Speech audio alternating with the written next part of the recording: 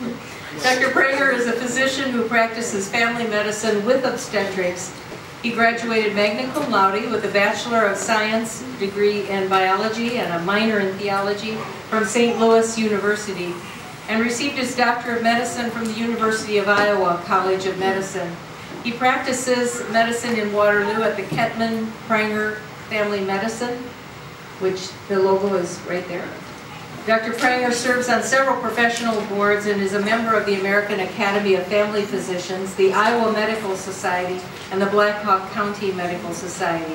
He has received many honors and awards over the years and enjoys volunteering in community service and spending lots of time with outdoor and indoor activities with his family. Welcome, Dr. Pranger. His topic today, by the way, is revamping a medical practice, and he'll explain.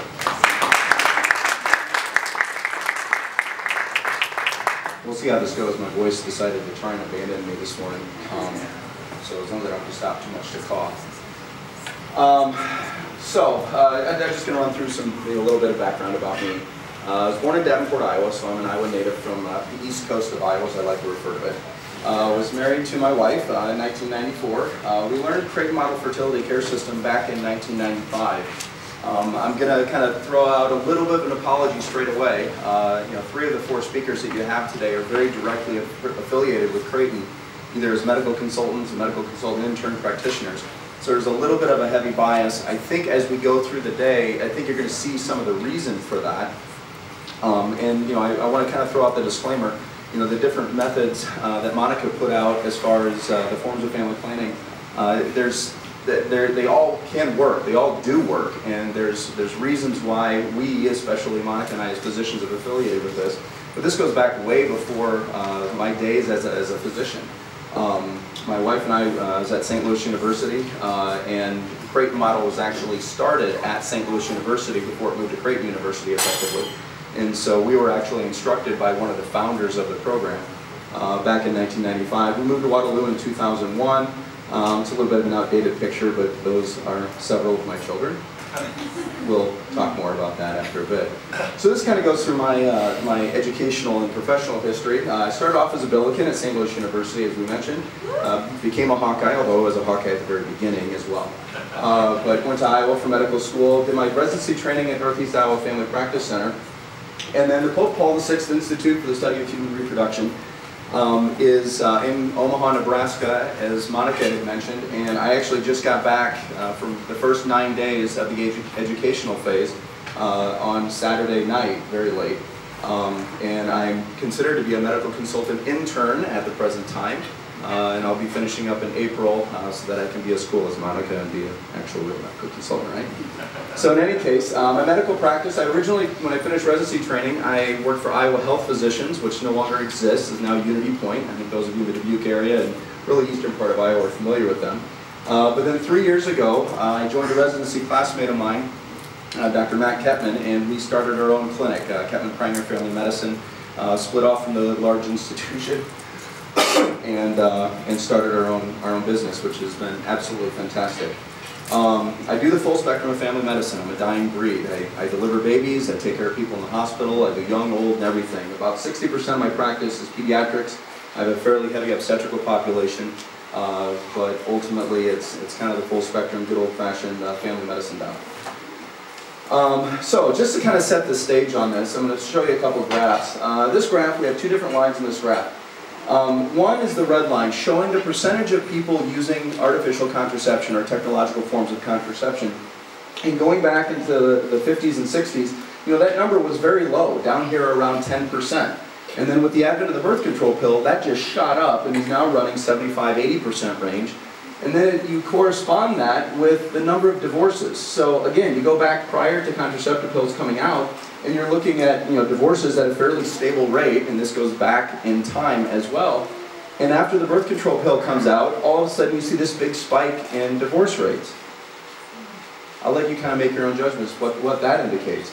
We get into another slide, looks a very similar graph, and this is the number of legal abortions. Okay? Now, one of the big advocates that people who talk about birth control pills and how important they are is that, well, we've got to reduce these unintended pregnancies. I'm going to get to that a little later on in my talk. But ultimately, you know, that the birth control pill should reduce this, because people on the pill, it's going to prevent pregnancies. We're not going to have to do abortions. Right. That's interesting, because when the pill comes out, abortions become legalized, yeah, pretty much shoots up. Now, I would love to be able to say, hey, look at this, it's coming down. But what does that correspond to? That corresponds to medical abortions. You know, where people give morning after pill, or do methotrexate or something like that as a medical procedure, not a surgical procedure. This is only surgical procedures. So as those came out in the mid-90s and became very popular, the abortion rate seems to go down, but it's not really going down. I think most of us here are very well aware of that. So, birth regulation, this is kind of the point of what we're here talking about today. And this is just kind of a brief overview history of the things that at least I felt were important. You know, the first thing is abstinence works. You know, I love it. Christopher West is a Catholic theologian. He speaks on theology of the body, and in his talks he talks about this, that, you know, people talk about natural family planning. Well, oh my God, that's so hard. You have to abstain. And he always talks about, I think everyone in this room is abstaining from intercourse at the present time. So it's really not that hard, okay? But it works. It is the only 100% way of not getting pregnant. It is the only 100% way of not getting pregnant. You have your tubal ligation done. You have your tubes removed. You can still get pregnant, okay? It's a very small percentage, but you can still get pregnant. Abstinence is the only way that you don't get pregnant. You know, why do we want to teach this to our children, to our high school students, to our college students? Because it works, and it has a whole list of benefits that we can talk about. So in any case, in ancient times, back in the Egyptian era, you know, they used to throw things together and shove it up inside their vagina, and it'd have spermicidal side effects, or that would be effective. And so there's ancient history that's involved in this. In the Middle Ages, they were talking about a male-controlled contraception, but history isn't that great, so we don't really know what that was. 1951, excuse me, birth control pill, the work on the birth control pill began in Mexico. One of the things that was, I found out in this last week that was very interesting about the history of the pill, originally the birth control pill was given to women, very poor women, to try and prevent them from getting pregnant. And nobody liked the pill when they first went on it, because the pill didn't cycle you every month and they wouldn't have a period. And they realized, wait a minute, this is wrong, we're not having periods, I don't like this isn't a good idea. So they rejected it, so the manufacturers went back and redesigned it so that you would have a period every month, so people would be able to accept that this is an okay thing. That began in Mexico. 1960 became FDA approved and came out for contraceptive use. Other important notes, in 1968, Pope Paul VI released the encyclical Humanae Vitae, which basically said, you know, hey, no, birth control pill, bad idea, and a lot of vision there. 1973, Roe v. Wade, quote-unquote, legalizes abortion, so that doesn't help our cause. And then John Paul II, St. John Paul II, developed the theology of the body. These were given as a series of talks at his Wednesday audiences in Rome from 1979 to 1984, and I think it really expanded a lot on what Humanae Vitae said. And he basically took the concepts of Humanae Vitae and really expanded them. If any of you haven't heard of the theology of the body, I really encourage you to look into it, because it's something that had a huge impact in my life. So, birth control pills, about 10 million U.S. I should just let you read, and I'll just stand here. Questions? Okay. So 10 million U.S. women are on them. About half of all the pregnancies in the United States are unplanned. Contraception is used in up to half of those pregnancies. This is just proof that it really doesn't work as good as the powers that be like to say that it does. And then these are our theoretical, our perfect use rates versus the typical use rates, and we're going to see these later on. Monica introduced this as well. But the idea being that, you know, 1 in 1,000 women who are on the pill are going to get pregnant over the course of a year, and 50 out of 1,000 women who typically use it are going to get pregnant over the course of a year. And I love this. This is just some of the, I got some quotes that I've got in this talk that talk about things that I stumbled upon while I was preparing for it. But, you know, despite a possible few months lag in return of normal menstrual cycles, most women resume their previous level of fertility once they stop taking oral contraceptive pills. So yeah, you're going to go back to normal after we've caused a disease state in your body to make you anovulatory or to make you infertile. It's going to go back to normal most of the time. It's going to take a few months, but it'll get there. And we accept this. It drives me crazy. All right, so birth control pills, again, trying to be fair, there are some proven benefits. Top 3 up here. Dysmenorrheal pain, acne, and colorectal cancer. These are things that have actually been studied and been documented, proven that birth control pills do reduce the risk of.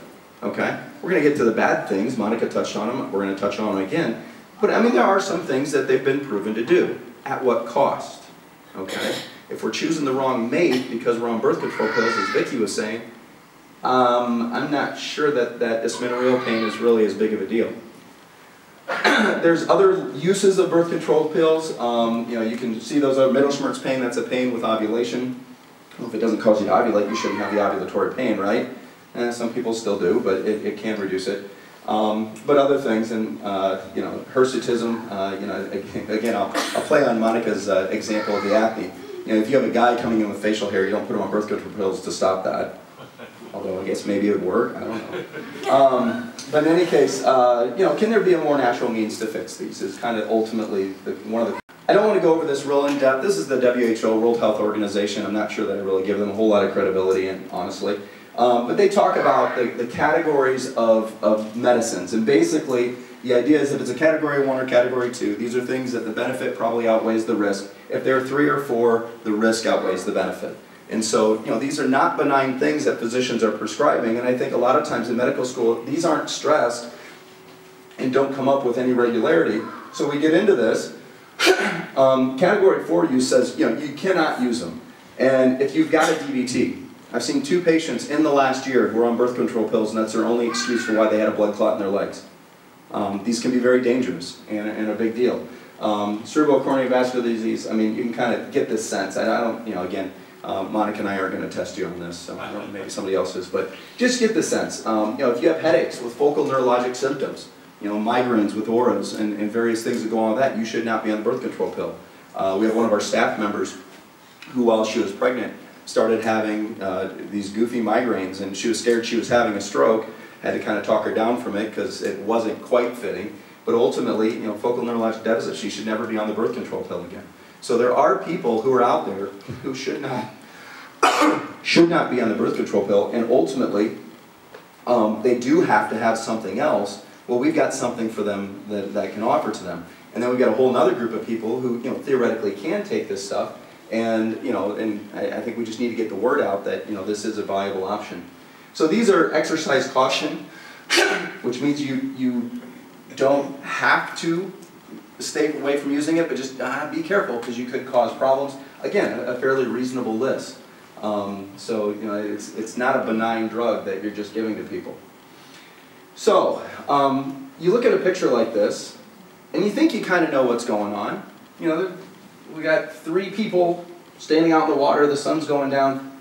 Are those people adults? Are they kids? Well, I think they're kids. Are they my kids? Are they your kids? Our perception is everything. Okay? And in medical culture, we have a very distorted perception. We don't really know what we're looking at, and we try to pretend like we do. If I sat here and said, okay, what are these 3 kids' names? Honestly, I might struggle a little bit, because I can't even see their faces, and I'm the one who took the picture. Now, if I had you guys tell me what their names are, if you got them right, that'd be impressive. But ultimately speaking, I mean, we don't really know what we're talking about.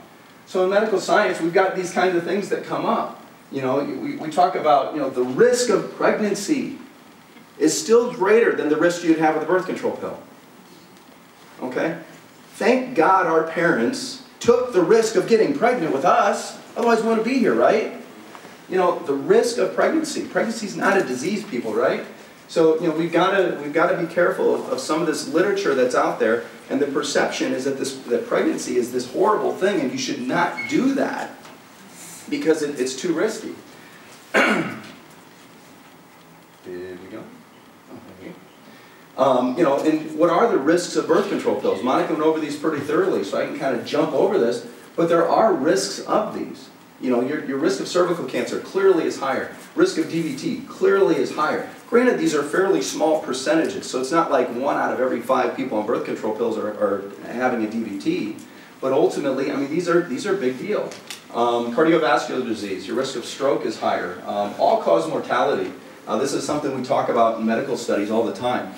All-cause mortality, people on birth control pills are 10 times more likely to die, for whatever reason, than people who aren't on them. So another distorted perspective, you know, I love this. Adolescents might stop taking the pill because it's got some side effects. So it's really important for the family physician to provide thorough counseling so they don't stop the pill. Another thing, fears about the side effects are because of these exposure to sensational media reports, or going to a conference like this one. We need to have a balanced presentation, okay, to talk about this stuff so they can consider the broader issues related to this.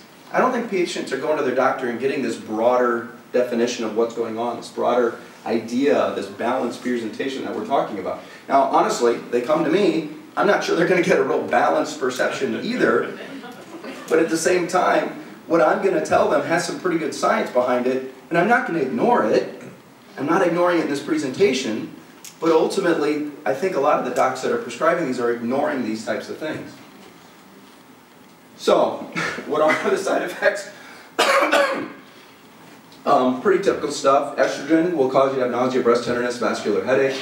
The progestin or the androgen type side effects, they can actually cause acne. This is one of those things I love. You know, you can put them on birth control pills to prevent acne and treat acne, but it also causes acne. Some of it depends on which ones you use. Monica touched on this just briefly. There's oh my goodness, I'm going to blank on the term. Isomolecular hormones and heteromolecular hormones. If you guys understand biochemistry, you look at the steroid rings of the hormones, and it just depends upon where you're attaching the different molecules on the hormones that determines what it is. You know, one of several of the progestins that are used in birth control pills are more like testosterone than they are like progesterone. And so you get some of these effects. Breakthrough bleeding, you know, is something that can happen with people. You know, you talk about the implant on under the arm or a Mirena IUD, these are on progesterone. Number one reason I have people coming into me to take these out is because their bleeding is all over the place and it drives them crazy. And then this doesn't even address the idea of the divorce rates we were talking about earlier. Abortion rates, STDs. You know, because taking the pill does not prevent an STD, it actually increases your likelihood because you're more likely to be a little bit promiscuous, especially in a younger population. Another distorted perspective. Patients may decide not to use oral contraceptives for a number of reasons. Yeah, it might not prevent against an infection. So guess what? Now you gotta suit up for sex. You know, it's not going to prevent this, so let's use 2 or 3 different methods because we got to prevent all the bad things that can go along with the pregnancy that you're trying to avoid. Okay. So by this time in the talk, this is kind of the expressions I expect you to get. You know, you got the, I don't know what you're talking about. You got the kids sticking your tongue out at you, you know, because you get some people in the crowd sometimes that are like, yeah, whatever, you don't know what you're doing. You got people who aren't paying attention. I love these guys. I don't know what they're playing with. I think it's a bug or something, or just fuzz, and they're very interested. And then of course there's Dominic. He's looking off. And these are my kids, by the way.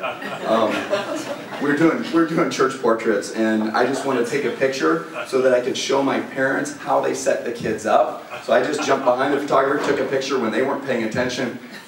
Yeah. Never gonna claim that I have a normal family. But apples don't fall very far from the tree, so. All right, I'm thinking 1 or 2 more of these. Another distorted perspective. For the people who think that 50 out of 1,000 is an unacceptably high failure rate, you know, we got to add a second mode because, you know, we really got to protect against this. And I think I did mention earlier, abstinence works. So, you know, there's other ways of dealing with this. I threw this in here because, you know, I think this guy realized that, oh, unintended pregnancies, those are bad? Oh, I didn't know. Really what it is he found out he had 10 older siblings. This is my, my youngest out-of-the-womb child, and that's my youngest in-the-womb child, or my only in-the-womb child. But, you know, I mean, these kids are people. Unintended or intended, they're kids, and they're going to be great, amazing human beings. And you know, One of those things. I threw this in here right before I left for training at Creighton. I get this across my desk. You know, Bayer Pharmaceutical Company puts this out. We got to reduce the impact of these unwanted pregnancies. And of course, what is it talking about? So you got to keep home birth control pills. We can't have these unattended pregnancies. You know, it's a huge public health issue.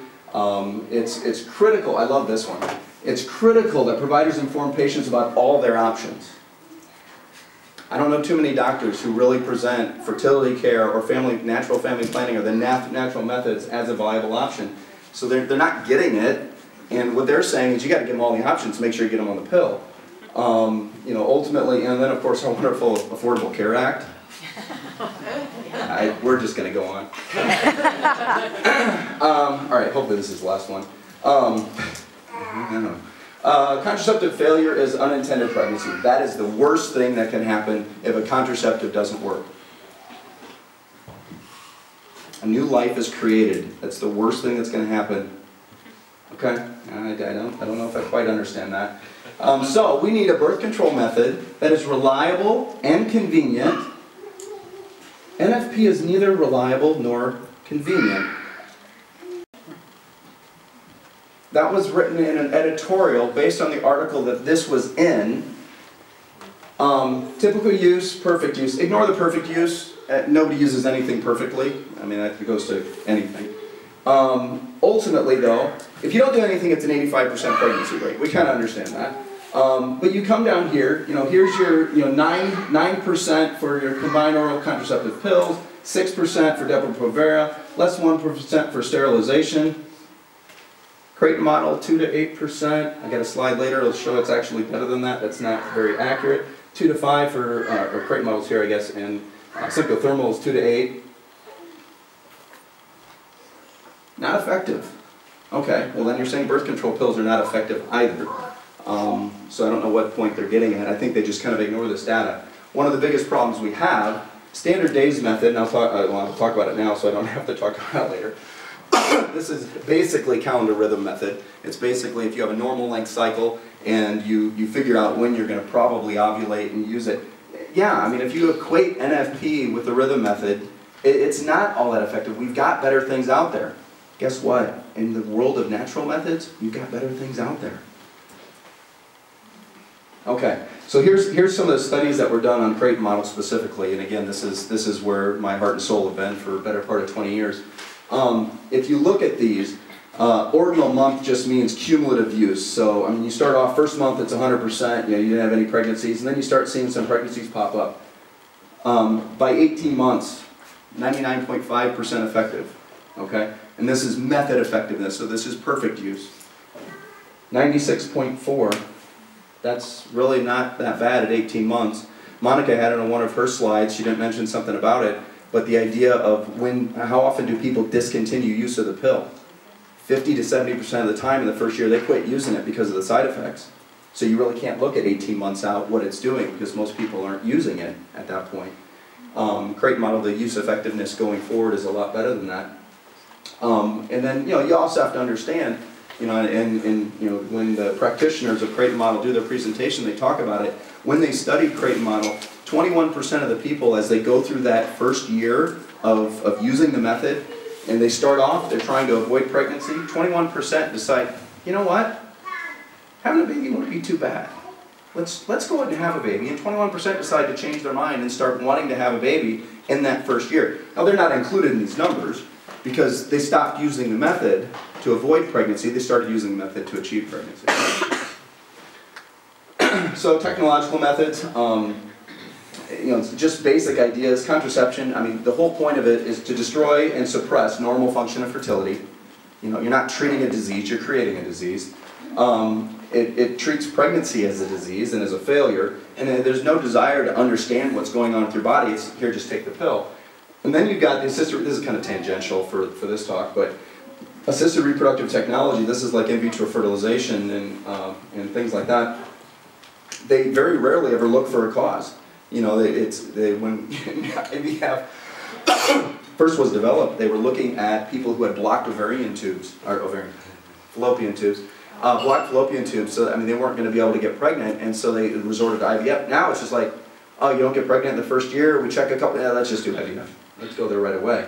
And then it really fragments pregnancy care because the doctor who gets you pregnant, because it's a doctor getting you pregnant, not your husband, but the doctor who gets you pregnant is involved at the very beginning, but they don't do anything after that. And then it has a higher complication rate, so then you end up getting a perinatologist at the very end of pregnancy who's getting involved, and you have like 5 different doctors for that pregnancy just by nature of the design of the program.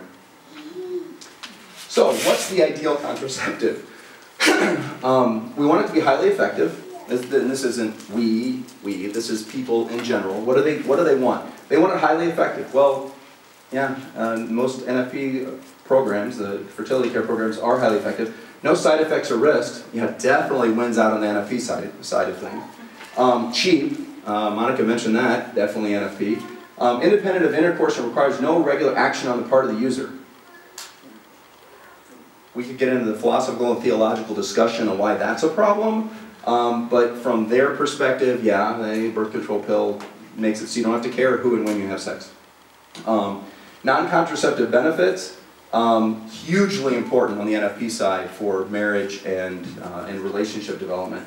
Acceptable to all cultures and religions, well, yeah, NFP wins there, clearly. Then easily distributed and administrated by non-healthcare personnel. I really don't know what they're getting into with this, because if you're going to be on the pill or NuvaRing or implant on or something like that, you got to go see a doctor.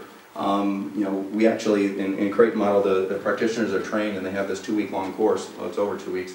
But they're getting trained and they effectively become healthcare personnel at that point. But I'm not sure how you can really do that with anything, because this is your body, this is your health that we're dealing with.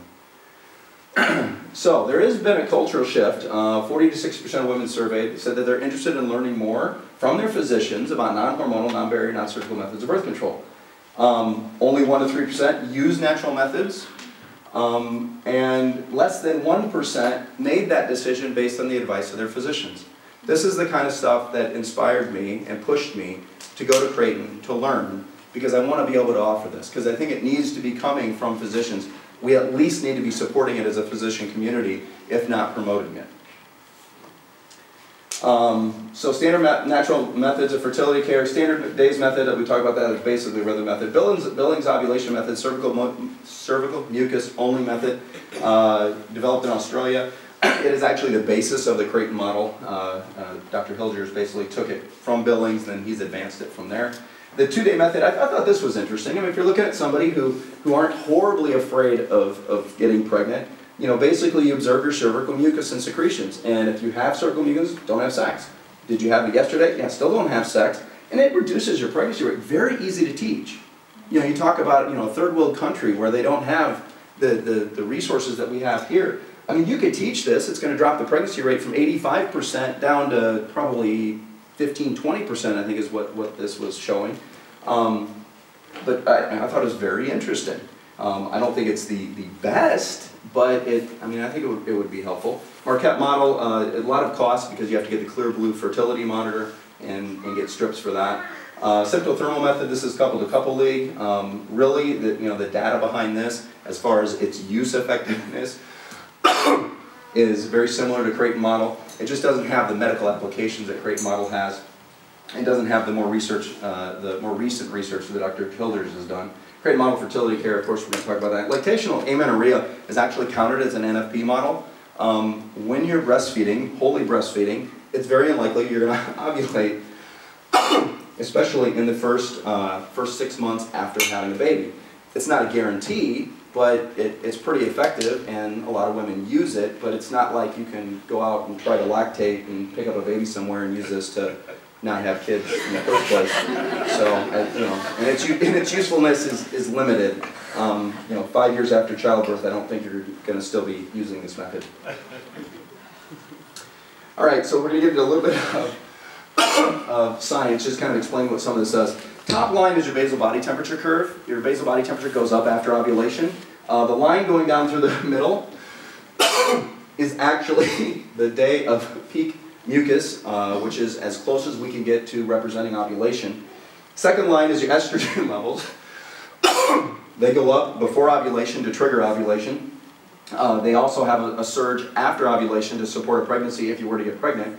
Third section is, that is your LH. That is what triggers ovulation in and of itself. You see that's happening right before the line. And then the last one is progesterone. Progesterone goes up, and it's a progestational hormone. So the idea is it's to support gestation and support a pregnancy. But this just kind of shows you what the hormone levels are actually doing in the basal body temperature. Dr. Hilder's done a lot of research on this, trying to figure out what is the best predictor of ovulation outside of doing an ultrasound on an everyday basis. I mean, I don't think anybody's going to go out and get an ultrasound their ovaries every day to see if they're ovulating. But you know, what's the best predictor? And he's found that the cervical mucus peak is the best indicator that it's going on. Same kind of curves, just shown on all superimposed on when this happens. So you know, you're going along.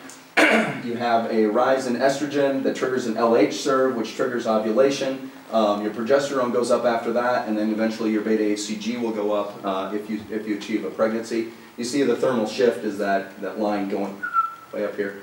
And then the graph just next to the outlets is, you know, it shows when they had intercourse and when ovulation occurred. Okay, this gets into that idea of, you know, yes, the egg only survives for 24 hours, so if you're not pregnant 24 hours after you've ovulated, you're not getting pregnant. But you can have intercourse several days before that and still get pregnant, which is part of the reason the basal body temperature as itself doesn't work very well, because in order for it to work, you have to abstain from intercourse until you've had your thermal shift, because you have no idea when ovulation is coming based on that, which is where cervical mucus gives you a little bit of a heads up on that, because the estrogen will cause the cervical mucus production. Real quick overview on this. Dr. Hilder started this in 1976 with Diane and his wife Sue down in St. Louis. 2 years later, he went to Creighton University, fully described the system in 1980 as really an evolution of the Billings model. And they've done almost 40 years of research. The Pope Paul VI Institute has been doing a lot of research on this ever since. The rest of the stuff we've already talked about. Just real quick, this is the this is the cervix in cross section. Okay, this is showing where the mucus is coming from. G, this is mucus created by progesterone. Okay, so it's kind of a barrier in a sense to keep sperm from getting up in, keeps women mostly dry. The E's are the ones that we're worried about. There's several different types of estrogen-produced mucus, and they're coming from the cervical crypts out into the cervical canal. So the uterus would be up there in the ceiling, and the vagina is down here. Okay, does that make sense? Not really a huge thing.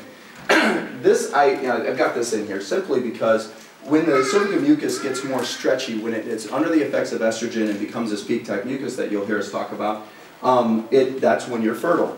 If you look at this line here, the sperm survival, when you don't have that peak-type mucus, sperm die very quickly.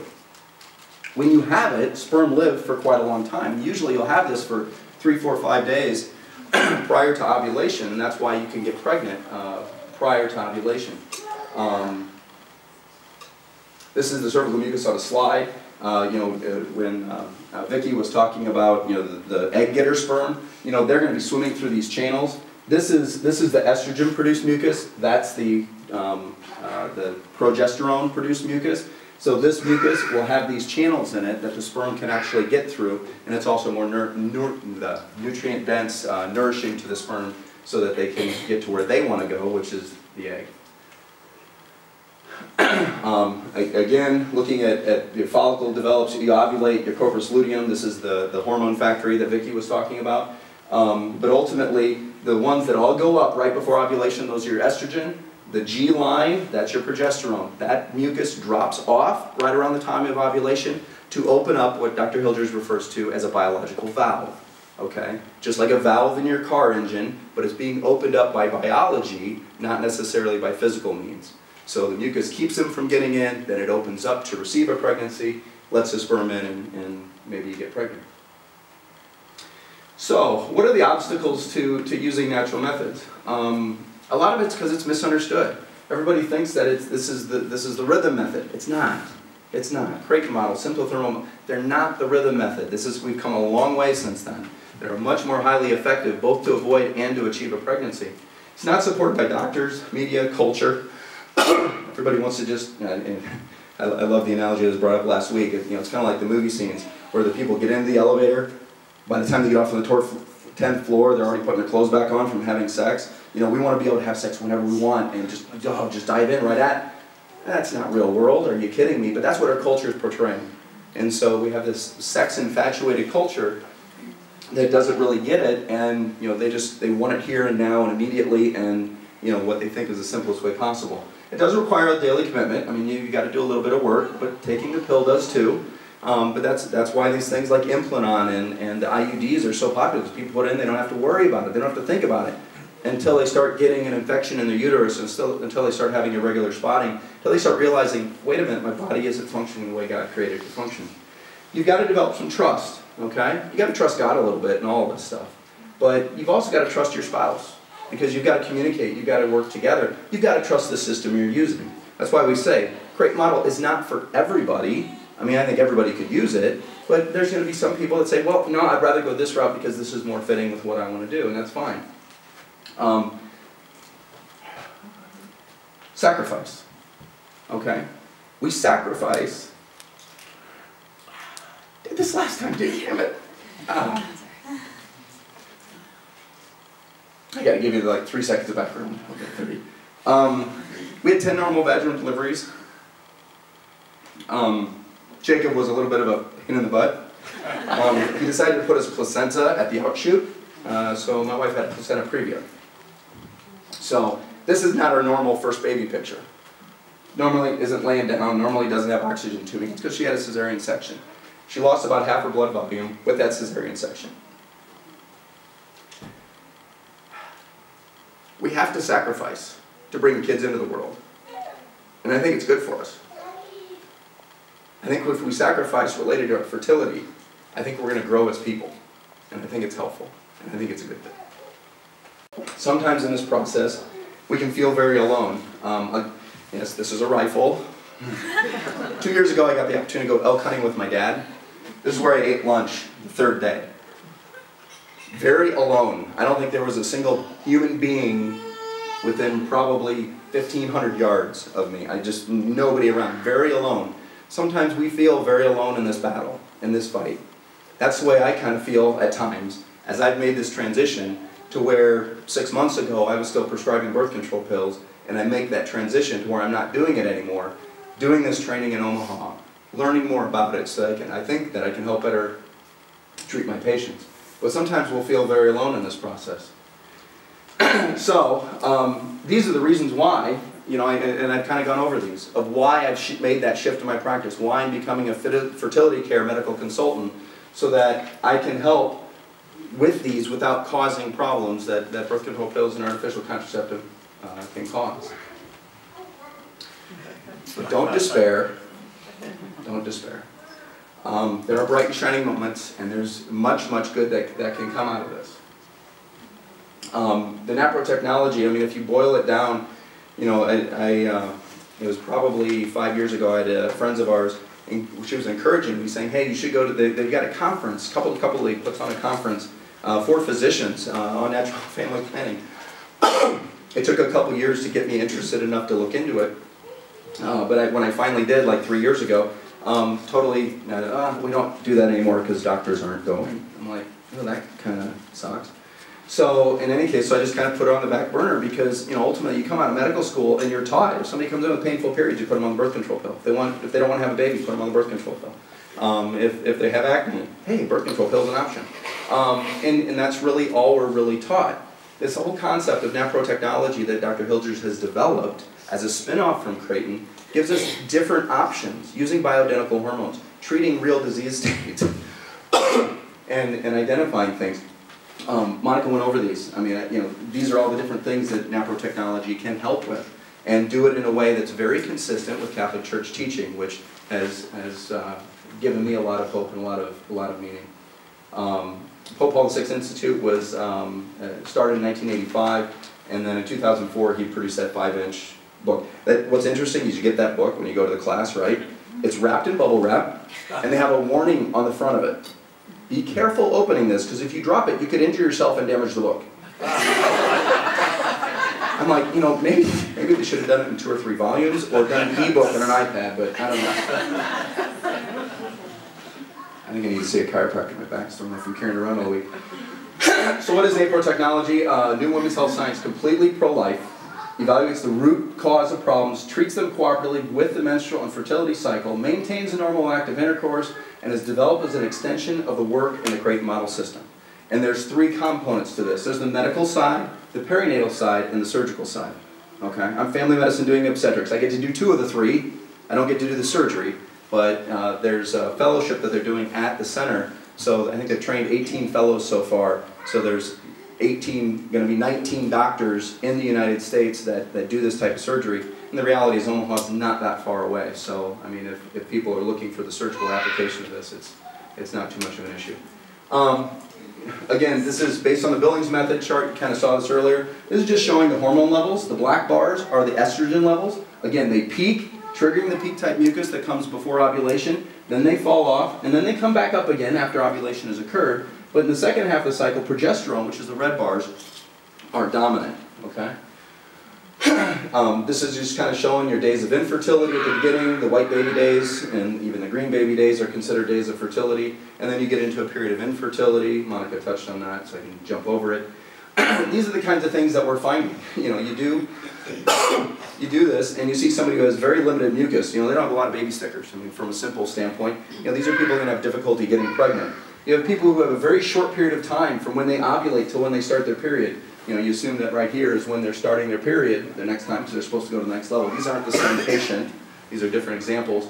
But these are people who have a luteal phase defect generally, or have a problem with their cycle, that's going to put them at a high risk for miscarriage. So you start seeing this in cycles, you're like, oh my gosh, maybe you might have a problem with miscarriage, maybe we should address that and treat that. Low progesterone is kind of the same thing, but there's people who have this brown bleeding and spotting at the end of their cycle that goes on for 3, 4, 5, 6 days before they really have their periods. And then any abnormal bleeding.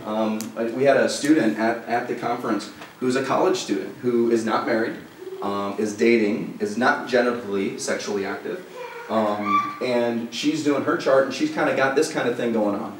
She went and got evaluated and found out she has an endometrial polyp.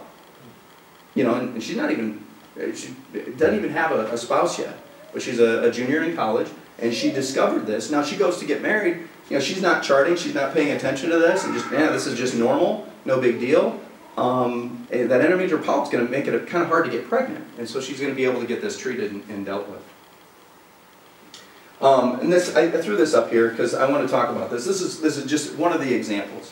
Luteal phase defect. When you come out of medical school, you know, we get a little tiny bit on luteal phase defect. This means in the luteal phase of your cycle, that second half of your cycle after ovulation, there's a defect in your hormone levels. In med school, there's just luteal phase defect. Oh, no. There's actually like 5 different types. These are the 3 most common. One of them, and the numbers don't really mean a whole lot, but here they are on a graph. Type 1 is graph C, okay, where your hormone levels come up okay, but then they fall off too quick. They don't persist. Type 2 is where they just, the line A, where they never get high enough. They never get up to where they really need to be. And then type B is where, well, they kind of have a real sluggish start and they go up. But then they fall off abruptly.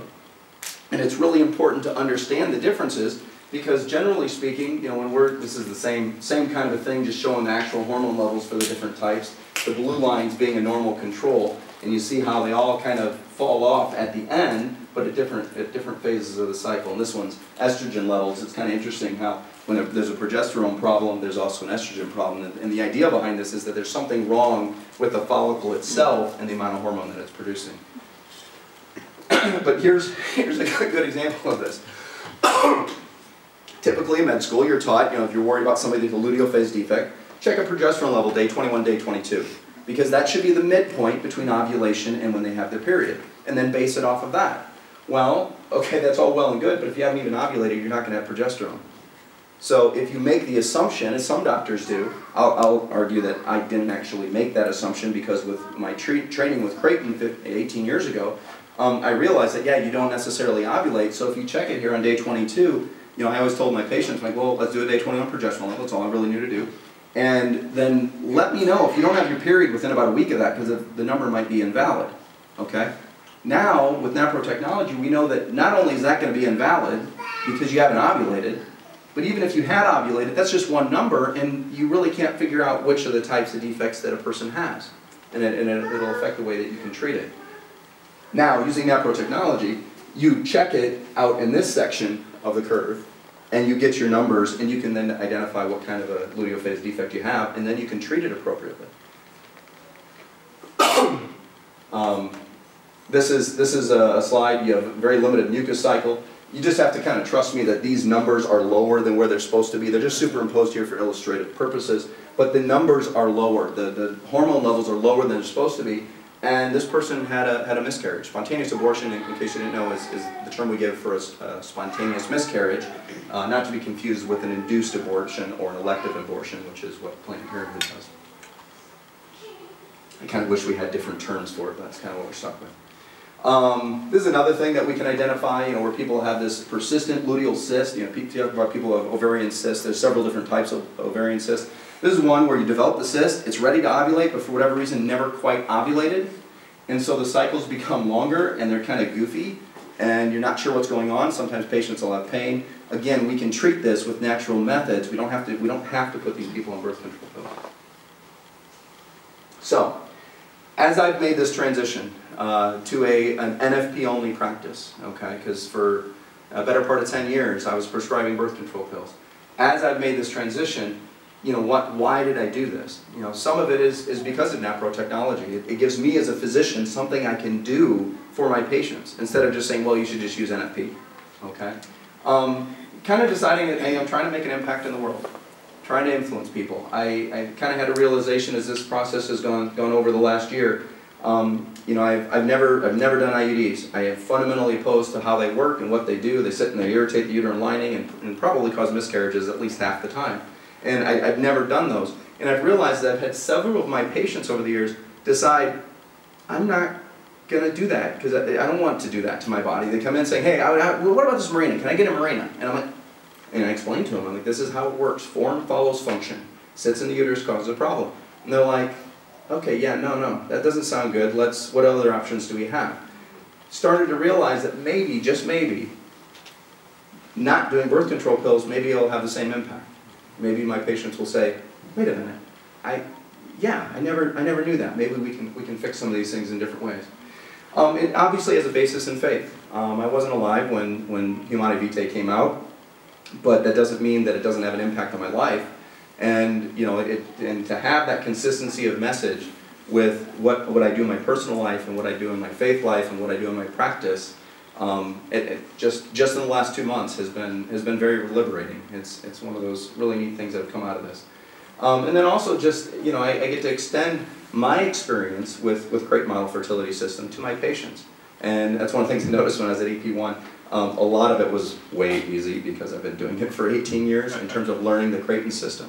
And so, a lot of the people around me were like, oh my gosh, I have no idea what clear lubricative mucus is like. And I'm like, well, I've never had it come out of me, but I know my wife's talked about it, so. Any questions? Otherwise, I think it's lunchtime.